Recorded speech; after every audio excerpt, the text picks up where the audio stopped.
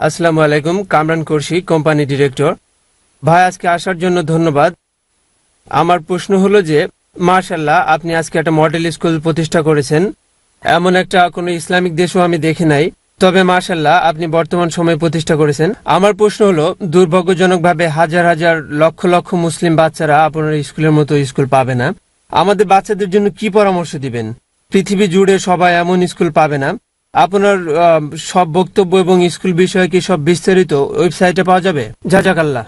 ভাই প্রশ্ন করলেন যে সবার জন্য স্কুলে যাওয়ার সৌভাগ্য হবে না, তাহলে পৃথিবীর কোটি কোটি মুসলিম তাদের বাচ্চাদের জন্য কি করবে, কিভাবে তারা এমন একটা স্কুলে যাবে?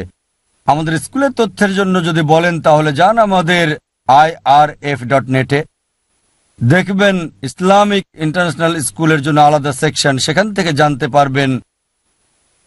একই স্কুলের কথা বললে দুটো পথ আছে। প্রথমটা খুবই সহজ, স্কুলে গিয়ে দেখতে পারেন। আমাদের এখান থেকে সবকিছু দেখে সহযোগিতা নিয়ে নিজের শহরে অনুরূপ একটা করা যায়, তবে সফল হওয়া খুবই কঠিন, কারণ সবাই যারা স্কুল করতে চায় তাদের ওরকম ব্যবস্থাপনা দক্ষতা নাও থাকতে পারে, একই রকম আগ্রহ নাও থাকতে পারে, সবকিছু ভিন্ন। আসল হচ্ছে আল্লাহর সাহায্য। তাই আল্লাহ যদি সাহায্য করেন ইনশাল্লাহ সম্ভব। কথা হচ্ছে অনুরূপ স্কুল করতে পারেন, যা অনেকেই করেছে। তবে এ পর্যন্ত যারা শুরু করেছে, আমি আগে বলেছি, তারা কোয়ালিটির 5 ভাগ বা 6 ভাগ দিতে পেরেছে আমাদের স্কুলের। ফ্র্যাঞ্চাইজির কথা ভাবছেন, আমাদের ফ্র্যাঞ্চাইজির শর্ত খুবই কঠিন, খুবই কড়া। জমি দিতে হবে, সবকিছু দিতে হবে, স্থানীয়রা মূলধন বিনিয়োগ করবে, সবকিছু ব্যবস্থা করবে স্থানীয়রা। আমাদের শর্তগুলো খুবই কড়া। যদি ইন্ডিয়ার বাইরে কোথাও আমরা বলি কমপক্ষে 4 একর জমি দিতে হবে, শহরের প্রধান অবস্থানে হলো 2 একর, অর্ধেক নির্মাণ খরচ, বাকি সবকিছু তখন আমরা করব। অনেক নিয়ম কানুন আছে, তারপরও শত শত অফার পেয়েছি। প্রথমে চিন্তা করেছি প্রতি বছর একটা করে স্কুল চালু করব, পরে দেখি এটা সম্ভব না। তাই যখন স্কুল চালু করলাম দেখি ব্যবস্থাপনাটা খুবই কঠিন। বোম্বে থেকে চেন্নাই গিয়ে সবকিছু করতে হয়, আমাদের শিক্ষকদের পাঠাতে হয় ট্রেনিং এর জন্য, কাউন্সিলরদের পাঠাতে হয়, সবকিছু। দেখলাম এটা সম্ভব, তবে খুবই কঠিন। তাই চিন্তা করলাম যে 2-3 বছর চলুক। আমাদের পরিকল্পনা আছে দুবাই শুরু করার ইনশাল্লাহ। দুবাই থেকেও প্রস্তাব, লোকজন বলছে আমরা অনেক জমি দেব, ইউকে লোকজন বলছে, ম্যানচেস্টারে একজন বলেছে আমি 5 একর জমি দেব। আমরা সেই প্রস্তাব গ্রহণ করিনি, আমরা তার প্রস্তাবটা খতিয়ে দেখছি সবকিছু নেওয়া যাবে কিনা, কারণ এটা আমাদের ব্যবসা না, এটা কোনো ব্যবসা না। পয়েন্ট নাম্বার 1, যে জমি দান করে তাকে বলি জমির কথাটা আপনি ভুলে যান, কিছু পাওয়ার চিন্তা করবেন না। পশ্চিমা দেশে সবাই চিন্তা করে 1000 পাউন্ড বিনিয়োগ করলে এর থেকে কত পাবো। যেখানে আমি যাই, শুধু পশ্চিমা দেশগুলোতে, ইউএসএ তে, কানাডা, ইউকে তে টিকেটের ব্যবস্থা করে। লেকচারের টিকেটের ব্যবস্থা বলে কিছু নেই। ইসলামিক লেকচারের টিকেটের ব্যবস্থা থাকবে কেন? তাই টিকেটের ব্যবস্থা করা যাবে না। অনেকেই বলে ডক্টর জাকির নায়েক আপনাকে নিতে হলে কত টাকা দিতে হবে।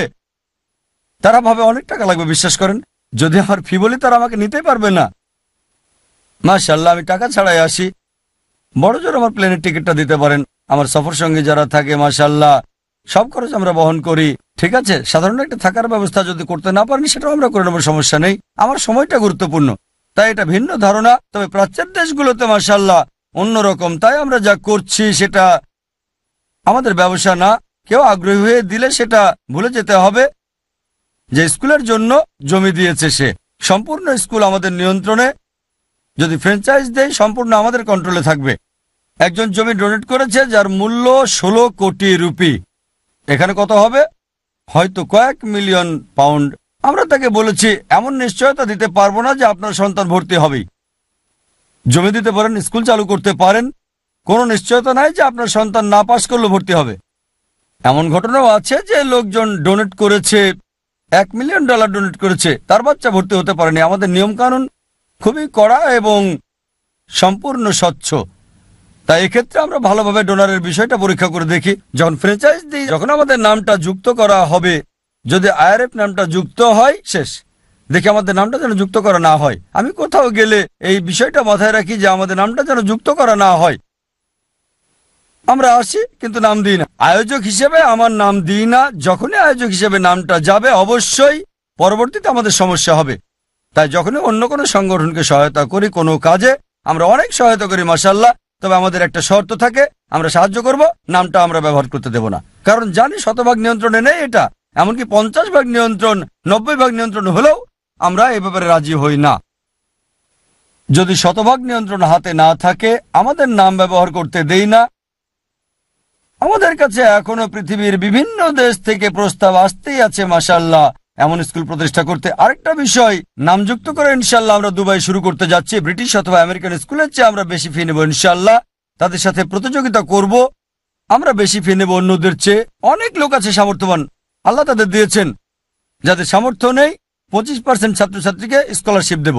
এখন দুবাই আমাদের পরবর্তী টার্গেট ইনশাআল্লাহ। আমাদের যেখানে ব্রিটিশ এবং আমেরিকান স্কুলের ফি অনেক বেশি, তবে ইনশাআল্লাহ আমরা ভাবছি তাদের চেয়ে বেশি ফি নেব। আর ইনশাআল্লাহ অনেক লোক আসবে আমাদের স্কুলে আল্লাহর দয়ায়। আসল বিষয় হচ্ছে কোয়ালিটি। আর অন্য লোকদের জন্য নিজেদের ক্ষমতা অনুযায়ী শুরু করতে পারেন।